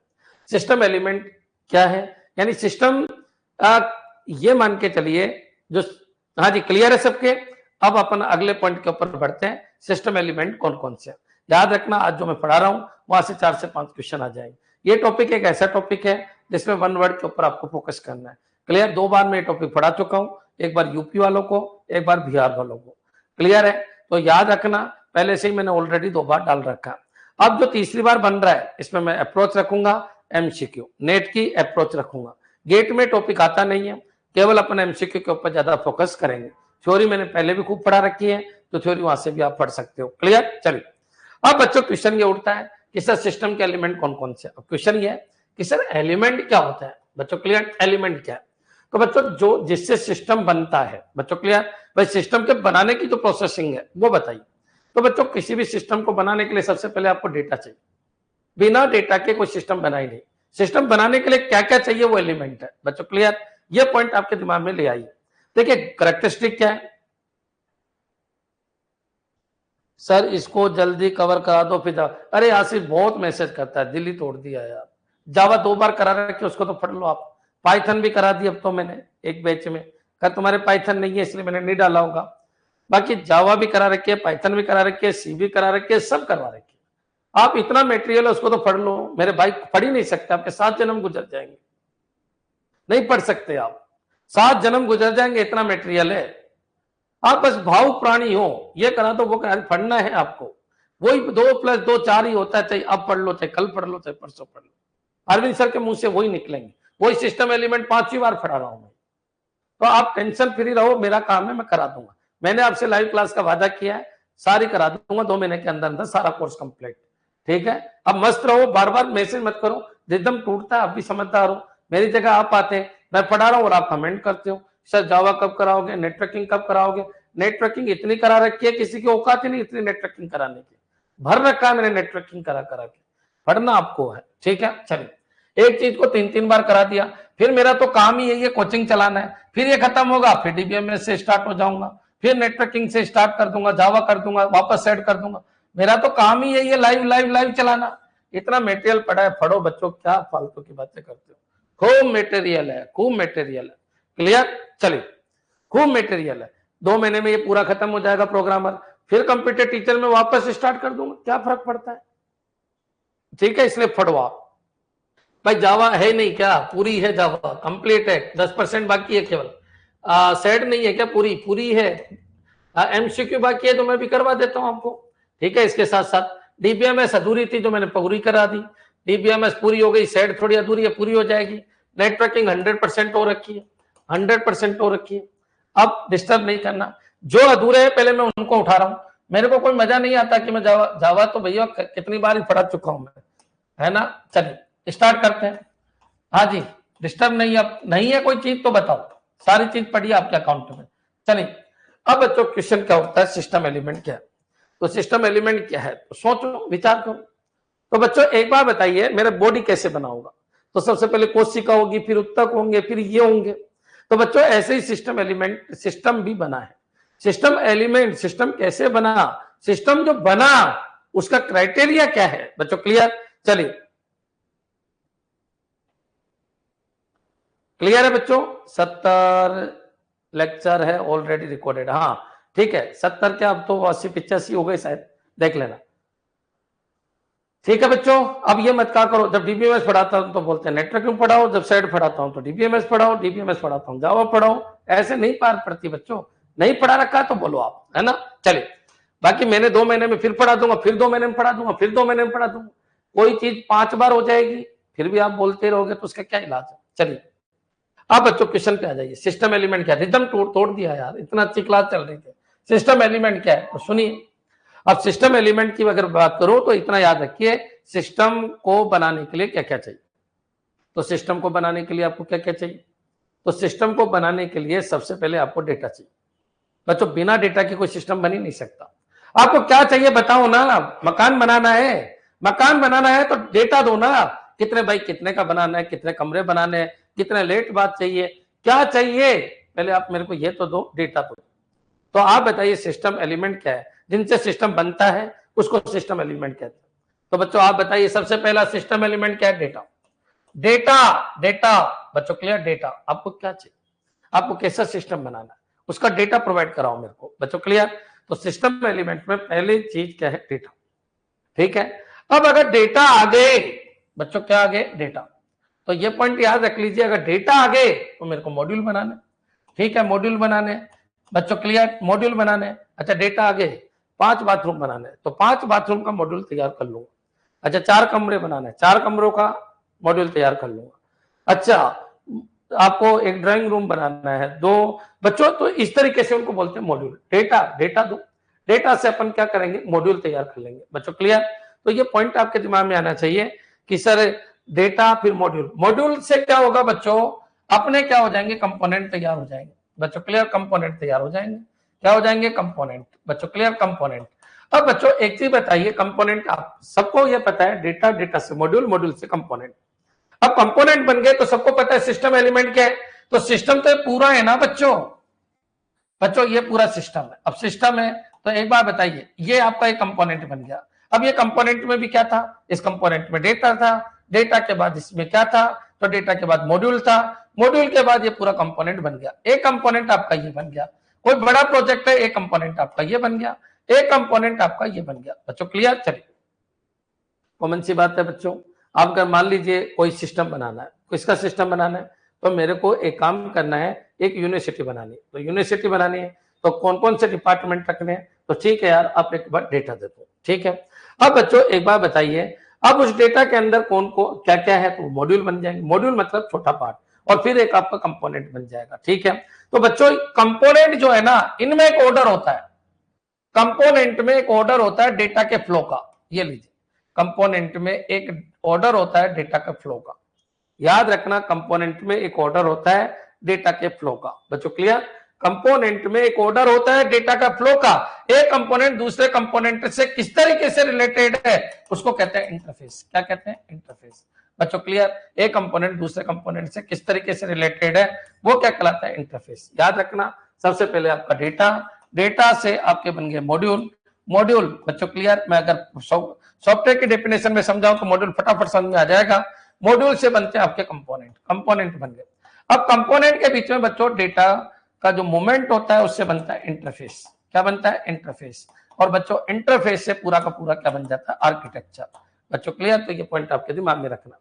तो बच्चों एक बार बताइए, सिस्टम एलिमेंट का फर्स्ट सिस्टम का फर्स्ट एलिमेंट क्या होता है, तो याद रखना, सिस्टम का फर्स्ट एलिमेंट डेटा है, डेटा के बाद मॉड्यूल है, मॉड्यूल से बनते हैं कंपोनेंट, कंपोनेंट में डेटा का फ्लो होता है, या फिर बच्चों इंफॉर्मेशन का फ्लो होता है। बच्चों दो कंपोनेंट के बीच में किस तरीके से इंफॉर्मेशन फ्लो हो रही है, उसको क्या कहते हैं अपन, इंटरफेस। ठीक है, दो कंप्यूटर है, उनके बीच में पेन ड्राइव इंटरफेस का काम कर रही है, दो कंप्यूटर उनके बीच में वायर इंटरफेस का काम कर रहा है। तो कंपोनेंट के बीच में इंटरफेस, और इंटरफेस से क्या बन जाता है, ये आर्किटेक्चर। ये पूरा का पूरा आपका सिस्टम आर्किटेक्चर है। तो बच्चों याद रखना, सिस्टम को बनाने के लिए आपको क्या क्या चाहिए, सिस्टम को बनाने के लिए आपको डेटा चाहिए, मॉड्यूल चाहिए, कंपोनेंट चाहिए, इंटरफेस और आर्किटेक्चर। इस तरीके से पूरी वर्किंग चलती है। बच्चों क्लियर, तो सिस्टम कैसे बना, सिस्टम की पूरी जर्नी क्या है, तो ये सिस्टम का आर्किटेक्चर बन गया। बच्चों सिस्टम के आर्किटेक्चर में याद रखना ऑर्डर होता है। बच्चों सिस्टम के आर्किटेक्चर में एक पूरा की पूरी ऑर्गेनाइजेशन होती है, एक पूरा का पूरा ऑर्डर होता है। बच्चों सिस्टम जो बना वो बहुत सारे कंपोनेंट से मिलकर बना, कंपोनेंट के बीच में डेटा के फ्लो होता है, उसको अपन इंटरफेस कहते हैं। एक कंपोनेंट बहुत सारे मॉड्यूल से मिलकर बना है, मॉड्यूल को तैयार करने के लिए अपन को क्या चाहिए, डेटा। तो बच्चों हजारों क्वेश्चन बन गए, मॉड्यूल बनता है डेटा से। बच्चों कंपोनेंट के अंदर बहुत सारे मॉड्यूल होते हैं। बच्चों क्लियर, कंपोनेंट आपस में इंटर रिलेटेड होते हैं, उसको कहते हैं इंटरफेस। बच्चों आपस में कंपोनेंट किस तरीके से जुड़े हैं, उसको कहते हैं इंटरफेसिंग। बच्चों क्लियर, और अगर ये सब कुछ डिफाइन है तो ये हो गया सिस्टम आर्किटेक्चर। और हर एक सिस्टम आर्किटेक्चर के अंदर क्या होता है, तो बच्चों हर एक सिस्टम आर्किटेक्चर के अंदर एक ऑर्डर होता है। बच्चों क्लियर? तो ये पॉइंट आपके दिमाग में आ जाना चाहिए। वापस सुन लीजिए, याद रखना सिस्टम एलिमेंट कौन कौन से है। तो डेटा है, मॉड्यूल है, बच्चों डेटा है, मॉड्यूल है, फिर कंपोनेंट है, फिर इंटरफेस है, फिर सिस्टम आर्किटेक्ट। लेकिन ऐसे कैसे बोले सर, ये तो भूल जाएंगे अपन। तो बच्चों अरविंद सर कैसे बने? तो बच्चों को याद रखिए, कोशिक है, तक है, अंग है। बच्चों क्लियर? इस तरीके से अंग है, अंगों के बीच में इंटरफेस है, और फिर अरविंद सर की बॉडी है। बच्चों क्लियर? जिसमें एक ऑर्डर होता है हर वर्क को परफॉर्म करने का। तो वैसे ही आपको पता है कि यार कोई सिस्टम बनाना है तो सिस्टम का डेटा लाओ, डेटा से आप एक एक मॉड्यूल बनाओ, मॉड्यूल से आपके कंपोनेंट बन जाएंगे, कंपोनेंट के बीच में आपस में इंटरफेसिंग होगी, और बच्चों एक ऑर्डर को अगर फॉलो करते हुए चलते हैं तो ये सिस्टम आर्किटेक्चर है। क्लियर? तो ये पॉइंट आपके दिमाग में आ जाना चाहिए। मैं आपको दुनिया के सारे सिस्टम पढ़ा रहा हूँ, सॉफ्टवेयर सिस्टम ही नहीं पढ़ा रहा। अब बच्चों क्वेश्चन ये उठता है कि सर सिस्टम के कितने प्रकार है? क्लियर? अभी तक मैंने जो वर्ड बोले वो क्लियर है? सर जो आपने 8 DBMS के हैंड रिटन वाले नोट्स डाले हैं, प्लीज ऐसे सेड के बन रहे, कल या परसों डाल देंगे। क्लियर? देखिए DBMS बिल्कुल प्योर DBMS डाली गई है, पूरा पढ़ लो आपके सिलेबस के अकॉर्डिंग, प्रिंट आउट निकाल लो, अंडरलाइन कर करके पूरी एक एक चीज देख लो, नहीं समझ में आए तो पूछ लेना। क्लियर? बाकी वही जो पढ़ाया गया है वही आपको डाला गया है। ठीक है, आगे बढ़ते हैं बच्चों। सिस्टम एलिमेंट ये आपके समझ में आ गया। अब क्वेश्चन है सिस्टम के टाइप। सिस्टम कौन कौन से टाइप के होते हैं बच्चों? क्लियर? सिस्टम टाइप कौन कौन से हैं? सिस्टम टाइप्स, तो अपन इनकी चर्चा कर लेते हैं कि सिस्टम के टाइप कौन कौन से हैं बच्चों। क्लियर? तो देखिए सिस्टम टाइप को बांटने के बहुत सारे तरीके हैं। आपसे पूछ सकता है, आपसे पूछ सकता है, आपसे पूछ सकता है कि बताओ ये सिस्टम कौन से टाइप में आएगा। तो बच्चों याद रखिए सिस्टम को बांटने के बहुत सारे टाइप हैं। तो एक टाइप है आपका physical system, physical system, physical system, और एक होता है बच्चों फिजिकल सिस्टम, और एक होता है virtual system, virtual system, virtual system. अगर मैं ये बोलूं कि यार मेरे को सपना आया तो वो वर्चुअल सिस्टम है। अच्छा सर मेरी बॉडी तो फिजिकल सिस्टम है। तो बच्चों फिजिकल सिस्टम वो है जो टेंजिबल है बच्चों। क्लियर? टेंजिबल क्या है? टेंजिबल, टेंजिबल, ये क्वेश्चन आ जाता है। टेंजिबल क्या है? तो टेंजिबल, टेंजिबल याद रखना, टेंजिबल। तो टेंजिबल जो है वो फिजिकल सिस्टम है, जो नॉन टेंजिबल है वो वर्चुअल सिस्टम है। जो नॉन टेंजिबल है बच्चों, क्लियर? नॉन टेंजिबल है। टेंजिबल का मतलब है जिसको टच नहीं किया जा सकता, वो नॉन टेंजिबल कहलाता है। जिसको टच किया जा सके टेंजिबल। तो फिजिकल सिस्टम है जिसको अपन टच कर सकते हैं। जैसे अगर मैं बात करूं कंप्यूटर, तो कंप्यूटर एक फिजिकल सिस्टम है बच्चों। क्लियर? तो ये पॉइंट आपके दिमाग में रखना है बच्चों। अगर मैं बात करूं चेयर, अगर मैं बात करूं कोई भी चीज, गाड़ी बच्चों। क्लियर? अगर मैं बात करूं कार, तो कार एक फिजिकल सिस्टम है क्योंकि उनको टच किया जा सकता है। और अगर वर्चुअल सिस्टम की बात करें तो प्रोग्राम, तो प्रोग्राम एक वर्चुअल सिस्टम है, उसको अपन टच नहीं कर सकते बच्चों। क्लियर? याद रखिए अगर मैं बात करूं फॉर्मूला, तो फॉर्मूला बच्चों, फॉर्मूला बताइए क्या है? तो एक वर्चुअल सिस्टम है, उसको अपन टच नहीं कर सकते बच्चों। फंक्शंस, फंक्शन याद रखिए जितने भी फंक्शन अपन बनाते हैं किसी भी जगह, तो वो क्या है? वो वर्चुअल सिस्टम है, उसको अपन टच नहीं कर सकते बच्चों। वर्चुअल सिस्टम जिनको टच नहीं किया जा सकता, जिसको टच नहीं किया जा सकता, अब आपको भी पता है, एक फिजिकल सिस्टम बोल दो, वर्चुअल सिस्टम बोल दो, कंसेप्चुअल सिस्टम बोल दो, नाम बहुत सारे चलते हैं, उस पर आपको नहीं जाना बच्चों। जिनको टच नहीं किया जा सकता, जिनको टच किया जा सकता है, मैं यहाँ पर लिख देता हूं, जिनको टच किया जा सकता है, जिनको टच किया जा सकता है, जिनको टच किया जा सकता है, जिनको टच किया जा सकता है, किया जा सकता है बच्चों। क्लियर? तो याद रखना जिनको टच किया जा सकता है वो फिजिकल सिस्टम है, और बच्चों जिनको टच नहीं किया जा सकता वो वर्चुअल सिस्टम है। ये पॉइंट भी आपके क्लियर हो जाना चाहिए। टेंजिबल मतलब touchable, very good, very good, बिल्कुल क्लियर है। किसी बच्चे को अभी तक कोई दिक्कत नहीं होनी चाहिए। क्लियर? तो ये पॉइंट आपके दिमाग में आना चाहिए कि टेंजिबल क्या होता है और नॉन टेंजिबल क्या होता है।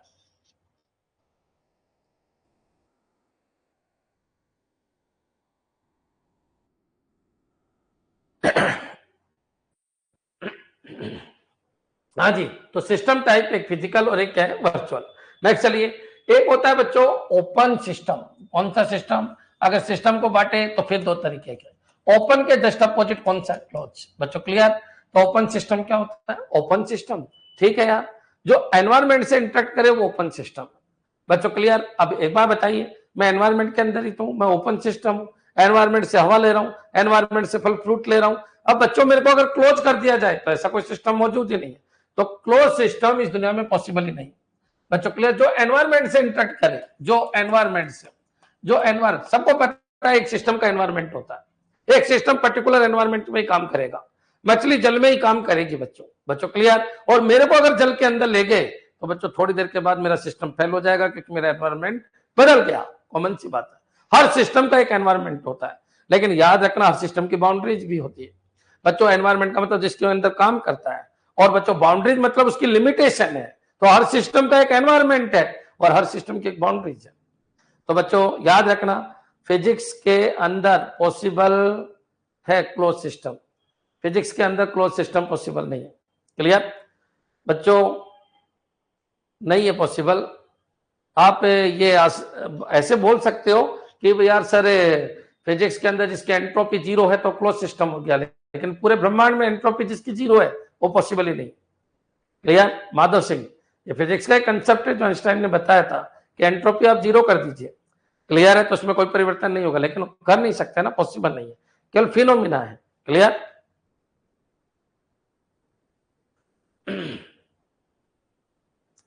क्लियर है बच्चों? कर नहीं सकते उसको। Exactly you are right. हाँ ठीक है, राइट तो ठीक है, लेकिन कर नहीं सकते। तो क्लोज सिस्टम पॉसिबल नहीं है, पॉसिबल नहीं है, पॉसिबल नहीं है, क्लोज सिस्टम पॉसिबल नहीं है। अरे भाई किसी ना किसी एनवायरमेंट में तो होगा। इस जीव पूरी प्रकृति में एनवायरमेंट है तो जीव है, जंतु है, पशु पक्षी है। एनवायरमेंट नहीं है तो क्या होगा? तो बच्चों याद रखना, ओपन सिस्टम जो अपने एनवायरमेंट से इंटरेक्ट होते हैं बच्चों। क्लियर? इस पूरे ब्रह्मांड में एनवायरमेंट की वजह से ही कोई सिस्टम बनता है, ना तो नहीं बनेगा बच्चों। Clear? Environment where a system works with their boundaries. Very good Karuna, बिल्कुल सही है। तो बच्चों ओपन सिस्टम क्या है? जो अपने एनवायरमेंट से कम्युनिकेट होता है, से कम्युनिकेट हो सकता है, कम्युनिकेट हो सकता है, कम्युनिकेट हो सकता है बच्चों। क्लियर? याद रखना, जो अपने एनवायरमेंट से इनपुट ले सकता है बच्चों। क्लियर? ऐसे बोल दो, एनवायरमेंट से इनपुट ले सकता है। तो बच्चों याद रखिए, ये जो भी इनपुट है ये अपने आप डेवलप नहीं कर सकता, ये एनवायरमेंट से लेता है, एनवायरमेंट से लेता है, एनवायरमेंट से लेता है बच्चों। जो भी इनपुट है वो एनवायरमेंट से लेता है, लेकिन याद रखना प्रत्येक सिस्टम की एक बाउंड्री होती है बच्चों। क्लियर? चलिए, तो क्लोज सिस्टम तो बच्चों खुद ही इनपुट बनाए, खुद ही इनपुट ले, खुद ही आउटपुट दे, ऐसा कोई सिस्टम पॉसिबल ही नहीं है, पॉसिबल ही नहीं है। क्लोज सिस्टम पॉसिबल ही नहीं है। क्या ये क्लियर है बच्चों? सिस्टम को फिर मैंने दो भागों में बांटा, दो तरीके से बांटा, डायरेक्ट क्वेश्चन आ जाते हैं। ओपन सिस्टम क्या होता है? एनवायरमेंट से इंटरेक्ट करें। क्लोज क्या है? तो एनवायरमेंट से इंटरेक्ट नहीं करें। क्या क्लोज सिस्टम बनाना पॉसिबल है? नहीं है बच्चों। क्लोज सिस्टम जब भी बन सकता है जब उसकी एंट्रोपी जीरो हो बच्चों। क्लियर? लेकिन ऐसा पॉसिबल नहीं है। क्लियर? हाँ जी, नेक्स्ट चलिए आगे बढ़ते हैं। एक होता है एडेप्टिव सिस्टम, एक होता है नॉन एडेप्टिव। अब एडेप्टिव का मतलब जो एडेप्ट कर ले बच्चों। क्लियर? मतलब एनवायरमेंट के हिसाब से अपने आप में परिवर्तन कर ले। जैसे मैं आपको एक एग्जांपल देता हूं बच्चों। बहुत सारे जानवर हैं जो आप कहते हो कि इंसान जो है वो बंदर से बना है, क्योंकि वो एनवायरमेंट को एडेप्ट कर चुका है बच्चों। क्लियर? तो ऐसे बहुत सारे जानवर हैं जो एडेप्ट कर लेते हैं, बहुत सारे ऐसे हैं जो एडेप्ट नहीं कर पाते हैं बच्चों। क्या होता है? मर जाते हैं। समझ में आ गया? तो एडेप्टिव सिस्टम और नॉन एडेप्टिव सिस्टम, जो एनवायरमेंट को अडेप्ट कर लेते हैं, एनवायरमेंट में परिवर्तन को अडेप्ट कर लेते हैं, अपने आप में जो परिवर्तन है उसको अडेप्ट कर लेते हैं, और कुछ ऐसे सिस्टम है जो अपने आप में जो परिवर्तन है उसको अडेप्ट नहीं कर पाते। जैसे मैं आपको एग्जांपल दूं, सॉफ्टवेयर। तो सॉफ्टवेयर में क्या होता है? कुछ खराबी आ जाती है तो बच्चों वो नई जो चीज है उनको अडेप्ट कर लेता है। लेकिन अगर मैं बात करूं नॉन एडेप्टिव की, अगर मैं बात करूं तो बच्चों नॉन एडेप्टिव सिस्टम का मतलब, कोई एग्जाम्पल दो नॉन एडेप्टिव का।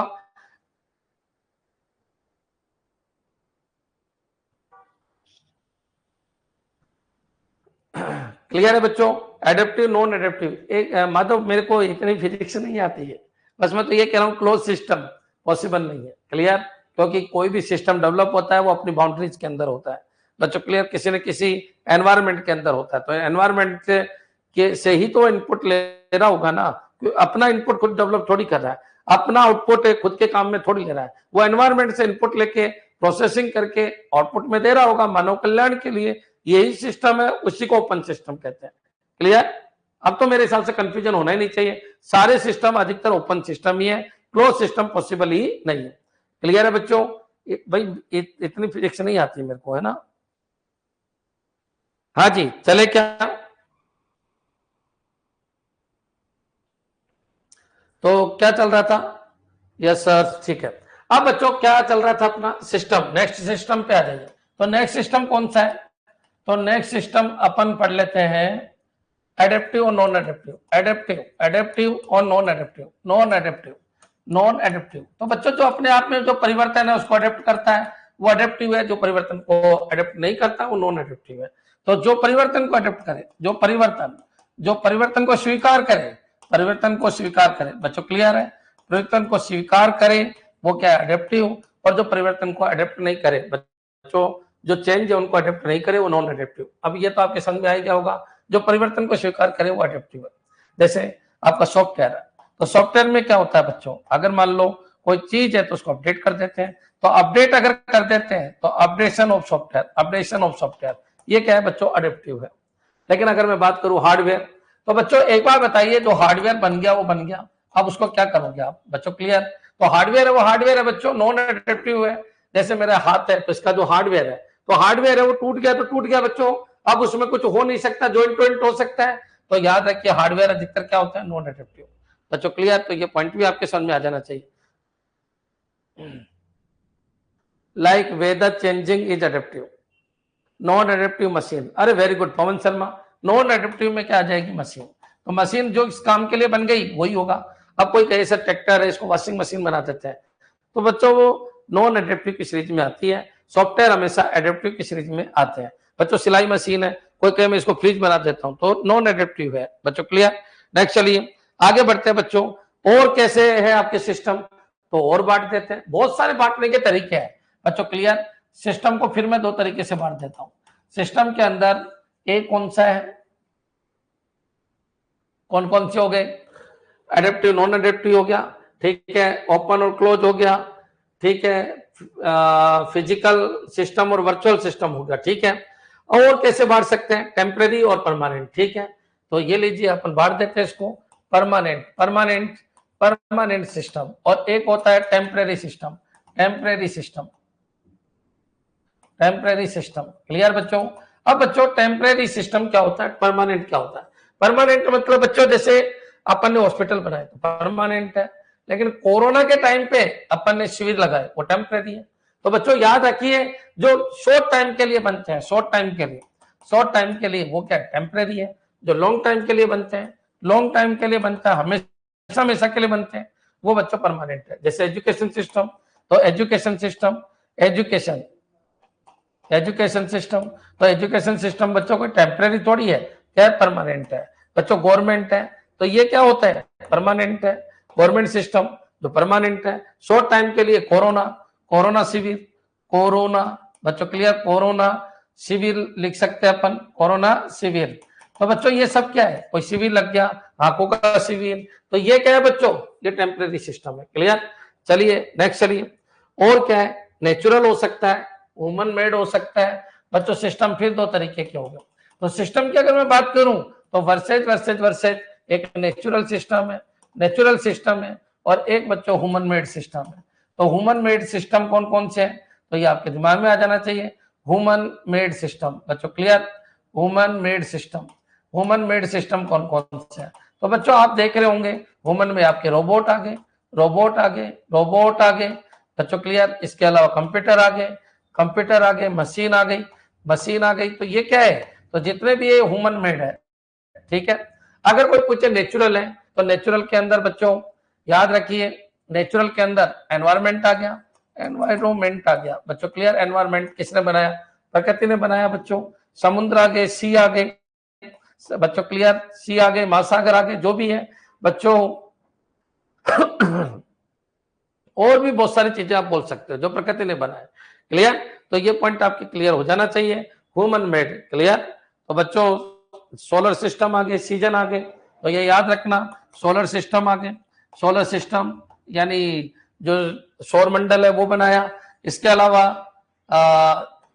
सीजन आ गए बच्चों क्लियर। तो ये पॉइंट आपके दिमाग में आ जाना चाहिए, सर्दी गर्मी बरसात ये सब क्लियर। नेक्स्ट आगे बढ़ते हैं बच्चों, इसके आगे और क्या सिस्टम हो सकते हैं, तो और देख लेते हैं अपन, डिटर्मिनिस्टिक और प्रोबेबिलिस्टिक, देख लो डिटर्मिनिस्टिक बच्चों क्लियर, डिटर्मिनिस्टिक सिस्टम। तो डिटर्मिनिस्टिक सिस्टम, डिटर्मिनिस्टिक सिस्टम क्या होता है, डिटर्मिनिस्टिक सिस्टम, और बच्चों क्या होता है प्रोबेबिलिस्टिक सिस्टम। तो प्रोबेबिलिस्टिक सिस्टम। बच्चों क्लियर सिस्टम। तो ये क्या प्रोबेबिलिटी का मतलब जिसके लिए 100% नहीं कह सकते, 0 से 100% के बीच कह सकते हो, वो प्रोबेबिलिटिस्टिक सिस्टम होता है। और डिटर्मिनिस्टिक सिस्टम जिसमें 100% कह सकते हैं, जिसमें 100% कह सकते हैं, 100% बच्चों 100% कह सकते हैं, जिसकी एक्यूरेसी 100% होती है और डिटर्मिनिस्टिक है, जिसकी एक्यूरेसी इस रेंज के बीच में होती है वो प्रोबेबिलिस्टिक सिस्टम है। अब क्वेश्चन ये उठा कि सर ये है क्या, ये तो बच्चों बांटा गया है, इनमें से कोई क्वेश्चन आ जाए तो आपको करना है। बच्चों हर एक सिस्टम ओपन सिस्टम ही होता है, क्लोज सिस्टम इस दुनिया में नहीं है, ये पॉइंट आपको याद रखना है। डिटर्मिनिस्टिक जिसके आउटपुट 100% एक्यूरेट आते हैं और एक्यूरेसी के साथ आंसर देते हैं उनको डिटर्मिनिस्टिक कहते हैं। प्रोबेबिलिस्टिक बच्चों याद रखना, जो प्रोबेबिलिटी के सिद्धांत पे काम करते हैं कि एक्यूरेसी का उनको कुछ पता नहीं, कितनी भी एक्यूरेसी दे सकते हैं, वो प्रोबेबिलिस्टिक है। बच्चों क्लियर। ह्यूमन मेड हो सकता है, नेचुरल हो सकता है, वर्सेज का ध्यान रखना, ओपन हो सकता है, क्लोज हो सकता है, डिटर्मिनिस्टिक और प्रोबेबिलिस्टिक हो सकता है। फिर याद रखना टेंजिबल और नॉन टेंजिबल हो सकता है, फिजिकल और वर्चुअल जिसको अपन बोलते हैं वो हो सकता है। बच्चों क्लियर। तो ये पॉइंट आपको दिमाग में रखना है। क्लियर है बच्चों। चलिए, embedded system is deterministic system. Embedded system is deterministic system. ठीक है, सही बात है। देखिए एम्बेडेड सिस्टम क्या होता है मैं आपको बता देता हूं। जैसे फ्रिज के अंदर, कूलर के अंदर, टीवी के अंदर जो अपन ऑटोमेटिक कंप्यूटर लगाते हैं तो बच्चों उनकी एक्यूरेसी फिक्स होती है, किसी एक्यूरेसी के ऊपर वो काम करेंगे, इसलिए deterministic system. Clear. Computer is deterministic system. क्यों? क्योंकि इनकी प्रोबेबिलिटी फिक्स होती है। बच्चों क्लियर। याद रखिए किस तरीके से काम करते हैं, अगर वो सब कुछ फिक्स है। लेकिन बच्चों ऐसे भी तो सिस्टम होते हैं कि बरसात आएगी ही लेकिन आती नहीं है, वो प्रोबेबिलिस्टिक सिस्टम है। बच्चों क्लियर। चलिए, वेरी गुड। वेदर फोरकास्टिंग ये क्या है? प्रोबेबिलिस्टिक सिस्टम है। फजी लॉजिक बिल्कुल, जीत भी सकते हैं हार भी सकते हैं, ये प्रोबेबिलिस्टिक सिस्टम है।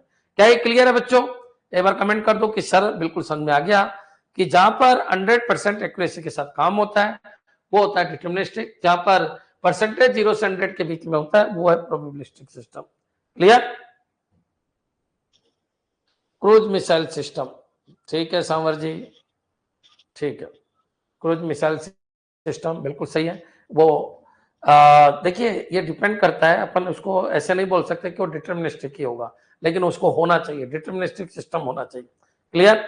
Deterministic that determine through any particular input and probabilistic depending on numbers of input. ठीक है, ठीक है बच्चों। याद रखना जिसका आउटपुट फिक्स है वो डिटर्मिनिस्टिक, जिसका आउटपुट फिक्स नहीं है वो प्रोबेबिलिस्टिक। ठीक है, नेक्स्ट है। ठीक है, हो गया टाइम। अब कल लेंगे अपन आगे कि सिस्टम एनालिसिस क्या होता है, सिस्टम एनालिसिस का रोल क्या होता है, सिस्टम एनालिसिस को क्या क्या ध्यान रखना होता है, क्या क्या काम वो कर सकता है, क्या क्या काम वो नहीं कर सकता। अपना टॉपिक क्या है? System analysis. तो सिस्टम एनालिसिस क्या है, सिस्टम एनालिसिस एंड डिजाइन क्या है, सिस्टम एनालिसिस एंड मैन्युफैक्चर क्या है। तो बच्चों इन सब के बारे में अपन चर्चा करेंगे और आगे बढ़ेंगे। क्लियर। 100 से नीचे 100 मतलब 99.99 भी होगा ना, 99.99 भी होगा तो भी वो प्रोबेबिलिस्टिक नहीं आएगा। Okay, fix and not fix is deterministic and probabilistic. बिल्कुल सही है करुणा भाई, जो फिक्स है और नॉट फिक्स है, जिसका आउटपुट फिक्स है बच्चों क्लियर वो डिटर्मिनिस्टिक, जिसका आउटपुट फिक्स नहीं है वो प्रोबेबिलिस्टिक। कंप्यूटर का आउटपुट फिक्स है, एसी का आउटपुट फिक्स है। बच्चों क्लियर। जिनको डिटर्मिनिस्टिक मेथड में बनाया गया वो डिटर्मिनिस्टिक। आर्टिफिशियल इंटेलिजेंस है तो बच्चों वो प्रोबेबिलिस्टिक सिस्टम के अंदर आती है। क्लियर। चलिए, सुबह आपकी किसकी क्लास है? डीबीएमएस। डीबीएमएस में एमसीक्यू चल रहे हैं किसके? बच्चों इंडेक्सिंग के। अब उसमें कुछ रह गया हो तो आप देख लेंगे, वो भी आपको करवा देंगे। फिर एक टॉपिक और बचा, टाइप्स ऑफ डीबीएमएस, उधर डीबीएमएस भी खत्म हो जाएगा। सर रिक्वेस्ट है पाइथन के रिकॉर्डेड लेक्चर डाल दीजिए, पॉसिबल है? पाइथन मत पढ़ो आप, अभी क्यों पढ़ रहे हो? सी पढ़ो। अगर आपको जावा सीखनी है तो सी पढ़ो, सी पढ़ लो, सी पढ़ लो। सी आपके कोर्स में है नहीं लेकिन जावा में काम आएगी। आपने सिस्टम असिस्टेंट दिया, सारे क्वेश्चन सही हो गए होंगे क्योंकि मैंने आपको सी भयंकर तरीके से पढ़ा रखी है। फिर उसके बाद जावा देख के गए होंगे तो जावा के क्वेश्चन हो ही गए।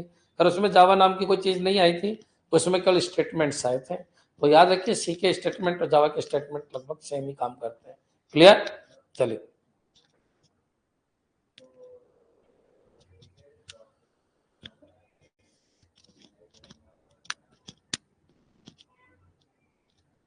ठीक है। और डीबीएमएस का प्रिंट निकलवा लेना, सब डीबीएमएस का प्रिंट निकलवा लेना और पढ़ना स्टार्ट कर देना। अपने नोट्स बना लेना, उनसे उन नोट्स से अपने नोट्स बना लेना। ठीक है, कोई दिक्कत आए तो आप मेरे से पूछ लेना, पढ़ना आपको ही पड़ेगा। धन्यवाद।